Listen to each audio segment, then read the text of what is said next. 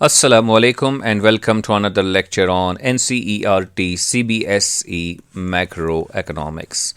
आज हमारा lecture number 17 है और आज हम स्टडी करने जा रहे हैं नॉर्मल रेजिडेंट के कॉन्सेप्ट को।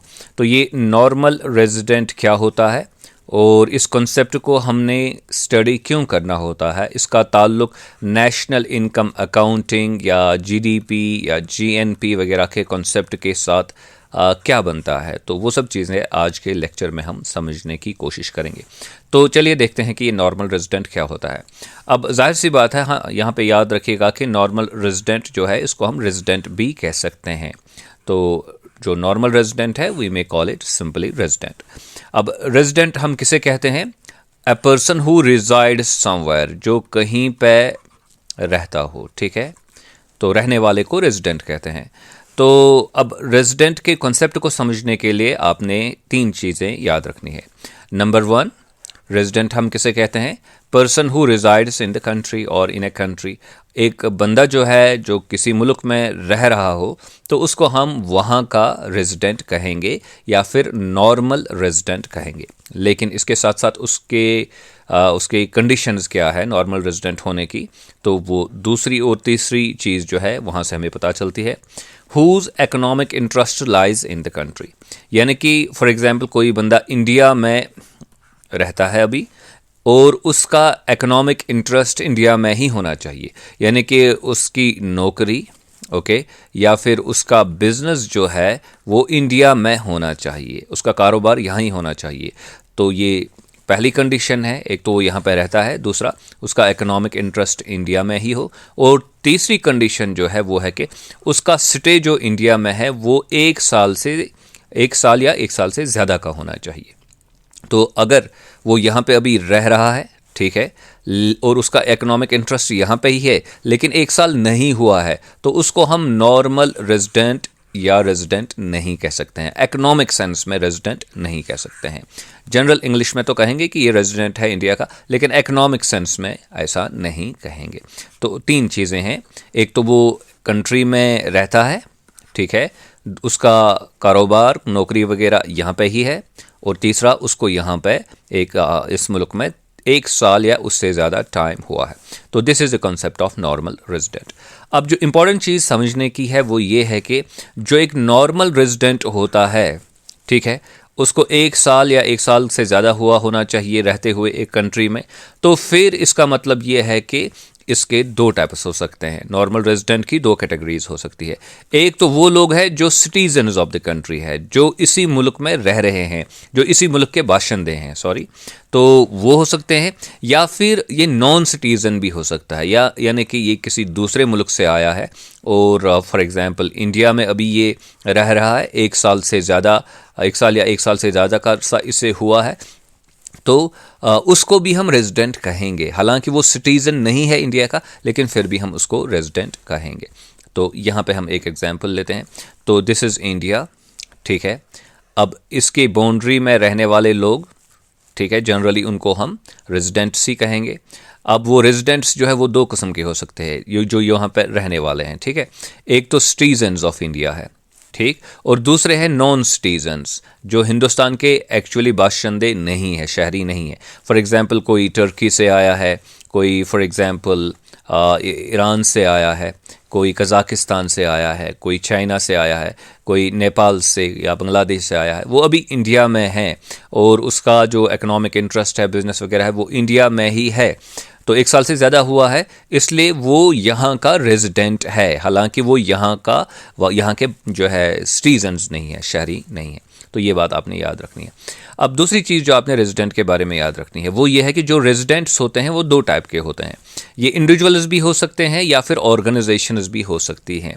यानी कि कोई बंदा चाहे वो इंडिया का सिटीज़न हो या कोई दूसरे मुल्क का सिटीज़न हो, यानी कि नॉन सिटीज़न हो इंडिया का, तो इसमें वो इंडिया में रह रहा है, एक साल से ज़्यादा हुआ है, उसके इकोनॉमिक इंटरेस्ट यहाँ पे ही है, तो that means he is a resident. At the same time कोई ऑर्गेनाइजेशन हो, कोई कंपनी हो, कोई फर्म हो, वो इंडिया में ऑपरेट हो रही है, 1 साल से ज़्यादा उसको हुआ है, इकोनॉमिक इंटरेस्ट यहाँ पे ही है, तो उस ऑर्गेनाइजेशन को भी हम इंडिया का रेजिडेंट कहेंगे। उस इंस्टीट्यूशन को, फर्म को, कंपनी को भी हम इंडिया का रेजिडेंट कहेंगे। तो रेजिडेंट 2 किस्म के होते हैं, इंडिविजुअल्स यानी कि अफराद, लोग, और दूसरा इंस्टीट्यूशंस यानी ऑर्गेनाइजेशन, फर्म, कंपनी, वो सब लोग रेजिडेंट्स हो सकते हैं अगर 1 साल से ज़्यादा टाइम हुआ है एक कंट्री में। तो ये एक चीज़ है। और एक चीज़ जो हम आपने यहाँ पे याद रखनी है, अब नॉट नॉर्मल रेजिडेंट्स वो कौन से लोग हैं? अगर वो इंडिया में तो अभी है, एक कंट्री में अभी है, लेकिन वो उनको हम रेजिडेंट्स नहीं कहेंगे, नॉर्मल रेजिडेंट्स हम उनको नहीं कहेंगे। यानी कि अभी तो वो इंडिया में मौजूद है, ठीक है, इंडिया में उनकी प्रेजेंस है, लेकिन फिर भी उनको हम रेजिडेंट्स नहीं कहेंगे। तो अब देखिए, उसके लिए आपने याद रखना है, एक तो हमारे फॉरेन विजिटर्स हैं जो विजिट के लिए आ रहे हैं कंट्री में, तो उनको हम क्या कहेंगे? उनको हम नॉन रेजिडेंट्स, वो रेजिडेंट्स नहीं है, they are not residents of the country. इसी तरह फॉरेन ऑफिशियल्स हैं जो यहाँ पे काम कर रहे हैं, मुख्तलिफ मुल्कों से आए हैं, एम्बेसीज में काम कर रहे हैं, ऑफिशियल्स जो सरकारी मुलाजिम होंगे बाकी कंट्रीज़ के, तो उनको भी हम रेजिडेंट्स नहीं कंसिडर करेंगे। इसी तरह transportation carriers operated by residents of other countries, ठीक है, उनको भी हम रेजिडेंट्स कंसिडर नहीं करेंगे। अब ये वाला पोर्शन लास्ट लेक्चर में भी हमने इसको डिस्कस किया हुआ है, फॉरेन ऑफिशियल्स के बारे में भी लास्ट लेक्चर में हमने बात कर रखी है। तो ये 3 कैटेगरीज आपने याद रखनी है, एक है फॉरेन विजिटर्स, दूसरा है फॉरेन ऑफिशियल्स, तीसरा है वो ट्रांसपोर्टेशन कैरियर्स जैसे कि हवाई जहाज़ होते हैं, शिप्स होती हैं, जो इंडिया में होंगी एट ए पर्टिकुलर टाइम, लेकिन वो ऑपरेट हो रही होंगी जो सिटीजन, जो रेजिडेंट्स है दूसरी कंट्रीज़ की के उनके ज़रिए से। तो अभी तो वो इंडिया में है, लेकिन फिर भी उनको यहाँ के रेजिडेंट्स तस्वुर नहीं हम करेंगे। तो this is who are not normal residents in India. अब इसको हम थोड़ा फर्दर एलॉबरेट करेंगे। जो फॉरेन विजिटर्स होते हैं उसमें कौन कौन से लोग आते हैं? उसमें टूरिस्ट्स आते हैं, इनको हम रेजिडेंट्स कंसिडर नहीं करेंगे। स्टूडेंट्स, स्पोर्ट्स पर्सनस उसमें आते हैं, इनको हम रेजिडेंट्स तस्वुर नहीं करेंगे। मेडिकल ट्रीटमेंट के लिए कोई बंदा आया है बाहर से इंडिया में, तो उसको इंडिया का रेजिडेंट हम तस्वुर नहीं करेंगे। इसी तरह क्रू मेंबर्स होंगे, उनको हम रेजिडेंट्स तस्वुर नहीं करेंगे। जो किसी जहाज़ के साथ आए हैं, किसी शिप के साथ इंडिया आए हैं, तो उनको हम रेजिडेंट्स यहाँ के तस्वुर नहीं करेंगे। और फिर non resident company employees on limited visit. For example कोई कंपनी चाइना की है, उन्होंने अपने बंदे इंडिया में भेजे हैं। क्यों भेजे हैं? क्योंकि उनको कोई प्लांट इंस्टॉल करना है, कोई रिपेयरमेंट करना है, तो उनका जो यहाँ पे टाइम पीरियड है वो 1 साल से कम का टाइम पीरियड है, ठीक है।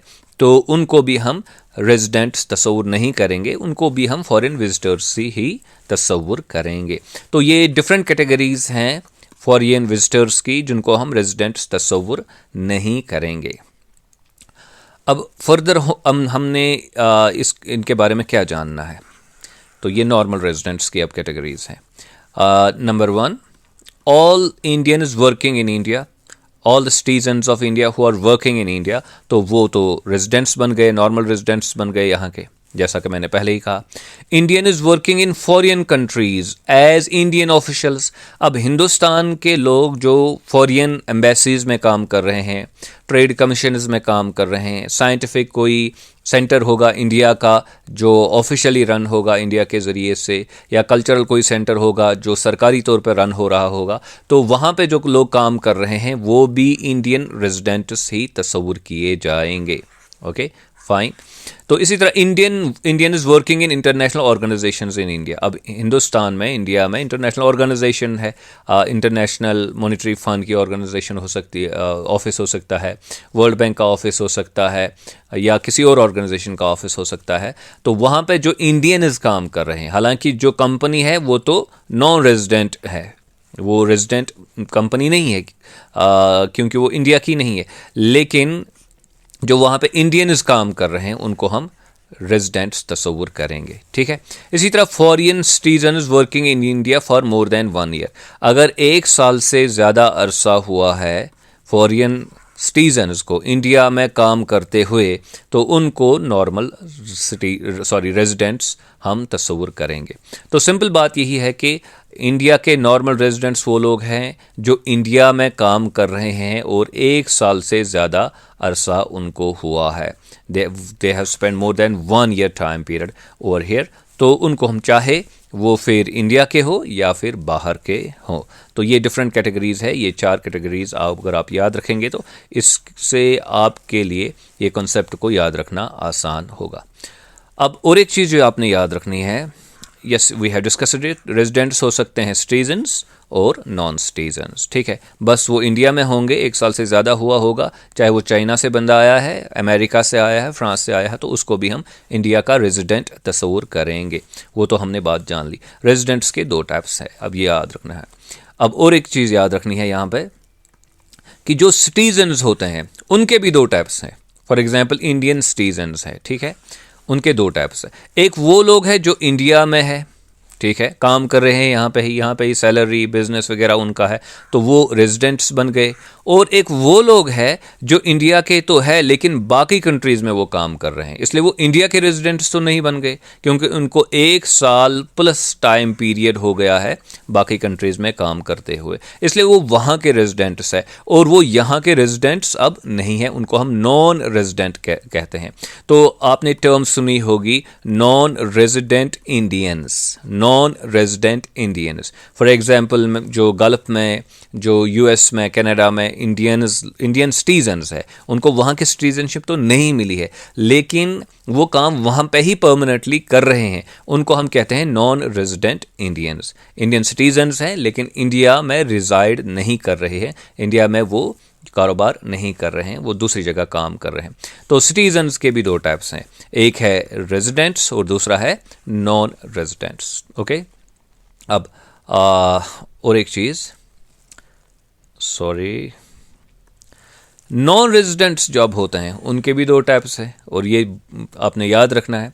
नॉन रेजिडेंट्स जो होते हैं उनके 2 टाइप्स हैं। एक तो वो लोग हैं नॉन रेजिडेंट्स जो हमारे सिटीजन्स नहीं हैं, एक तो वो लोग हैं नॉन रेजिडेंट्स जो हमारे सिटीजन, वो इंडिया में अभी आए हैं, ठीक है, लेकिन उनको 1 साल नहीं हुआ है यहाँ पे, 1 साल से जो है कम अरसा उनको यहाँ पे हुआ है। तो that means what, that means कि वो रेजिडेंट्स नहीं है लेकिन वो हमारे सिटीजन्स भी नहीं है, वो बाहर मुल्कों से आए हैं।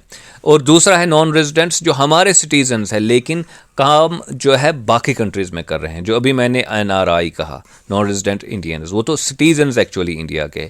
तो दैट मीन्स कि नॉन रेजिडेंट्स जो होते हैं उनके भी 2 टाइप्स हैं, एक है non citizens who are in India for less than a year और दूसरा है Indian citizens who are outside India for more than a year, ठीक है। तो ये 2 टाइप्स हैं जो नॉन रेजिडेंट यानी कि जो नॉन रेजिडेंट्स होते हैं उनके।